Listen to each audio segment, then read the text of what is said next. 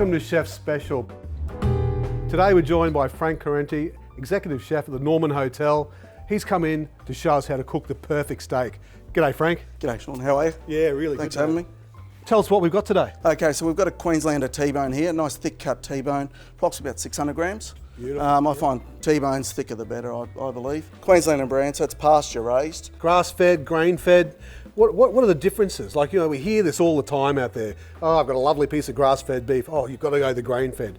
You know, what are we looking at when we talk about that? Grain brings in some consistency through there with marbling and fat. Yep. Grass, obviously being on the land and pasture raised, really brings that earthiness, flavour that to beefy flavour. Yeah, correct. Yeah. So, Frank, the T-bone has sort of gone off the radar a little bit in terms of culinary circles, but at the Norman, how do you find it? Is it well received? Look, T-bone's very well received, one, because it's on the bone. Also, you've got that element where you've got the tenderloin and you've got the sirloin. So, as we said before, you've got the best of both worlds on that one piece of meat there. Yeah. How long do you feel that it needs to be, you know, rested room temperature before we put it on the grill? Definitely about 15 to 20 minutes, depending on the environment. Obviously, winter, we may go up to 25 minutes.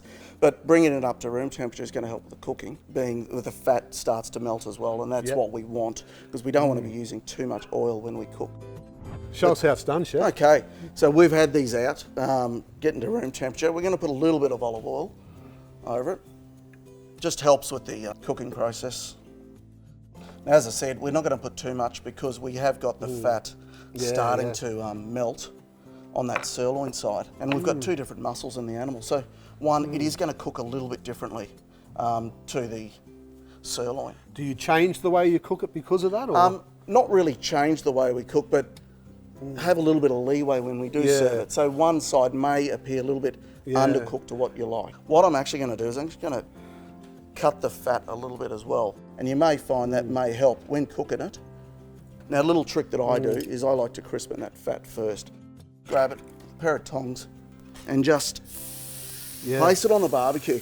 Now, obviously, if it was a flat plate barbecue, if you've got a char grill, it may start to flare up a little bit. So just be careful with that as well. Yep. So we can see there now, Chef, the fat's starting to render. Correct. And all of that fat is coming from the edge of the steak. Correct, and that's really going to punch some flavour into that steak. And as you see, I didn't use too much oil in the start because this is where all that oil is coming to. Okay, so a little trick I've got, if you do have 3 or 4 T-bones and you are cooking for the family, just place them all together and put a skewer through all 4 of them. And that means you don't have to stand here with a set of tongs. So I think, look, that's pretty good there. Yeah.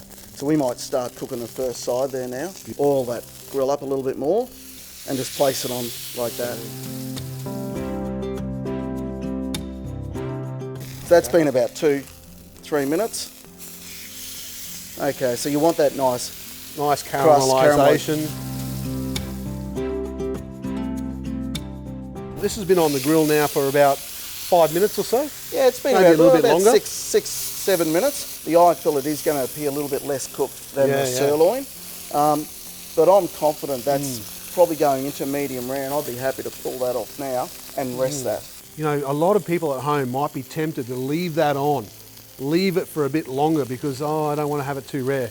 But as you said, if we rest it right, that's not going to be a problem. It's always going to continue to cook when you take it off the barbecue. And we're resting it on a little rack here that's right next to our grill, so that is actually quite warm. Maybe a loose covering with a little bit of alf oil, you can do that, but make sure you don't enclose it because that's going to create steam, which in turn is going to turn the water. So that's a good tip.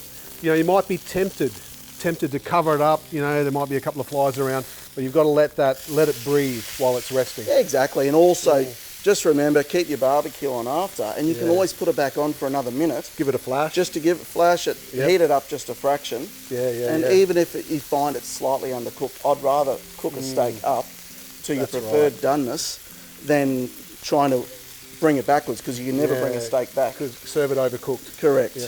Particularly, you know, we're talking about premium quality here as well. All right, Frank, so that's ready to rest? Yeah, it's going to rest now. Resting time, probably about a quarter of what your cooking time was. Perfect. That's what I like to see. So Frank, what are we going to serve with our beautiful T-bone? Okay, I'm going to keep it really simple. We've got a nice little mixed leaf salad. I'm going to make a quick bruschetta mix. Lovely. I'm going to spoon that over the lettuce. It's a self-dressing mix. And we're going to serve potato and some bacon. Great. So we'll just start with the tomatoes. And this is a good example of, you don't have to spend hours and hours doing the accompaniment. As long as you're using premium ingredients, these products are fresh as. It just shows when you're not doing too much with the product, you're allowing it to taste of itself, letting those flavours shine through. You don't need to muck around too much. Okay, red onion, just a simple dice. Has some fresh basil, got some nice parsley here as well. So just some soft herbs we're putting in this, Chef? Yeah, soft herbs, they're nice and flavoursome. That basil really lets off a great aroma. So we're just going to mix that through. I'm going to add some olive oil in there now.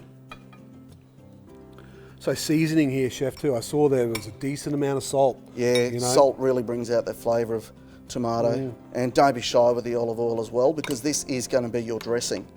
We've got our mixed leaf salad on the plate ready to go that we're going to serve it on. So now I'm just going to spoon that over the top. We have pre-cooked these already, so this is a simple baked potato in the oven, 160, 180 degrees for about 60 minutes. Yep. Do you wrap yours in tin foil at all, I Frank? don't, because I like that coloration on the sure. outside of it, and not crispiness. Going to cut down the middle in a little cross star. Okay, we're just going to open her up open it up in there, and that's going to be a great little vessel to hold the bacon.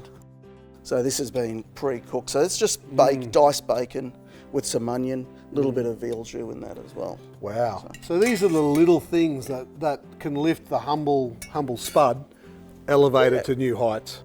Time for a steak. So what we may do is, I'm just going to put that steak, that's rested now.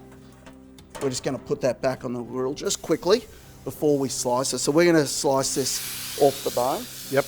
And you don't need a lot, you just want to get that heat back on the outside. Just a little bit back into it so that you're not serving a cold steak. So, Chef, you're about to carve, but where do we start? Like for the people at home that haven't done this sort of thing. Yeah, look, I find grabbing from the main part of the bone there, just grabbing your knife and just starting to follow the natural curve of the bone there. So you're letting the knife do the work. Yeah, exactly, knife do the work, and then you're just going to follow that T-bone or that bone down the middle of that rib cage, and that just comes off nice and easily. Beautiful. And we're going to do the same with the sirloin side.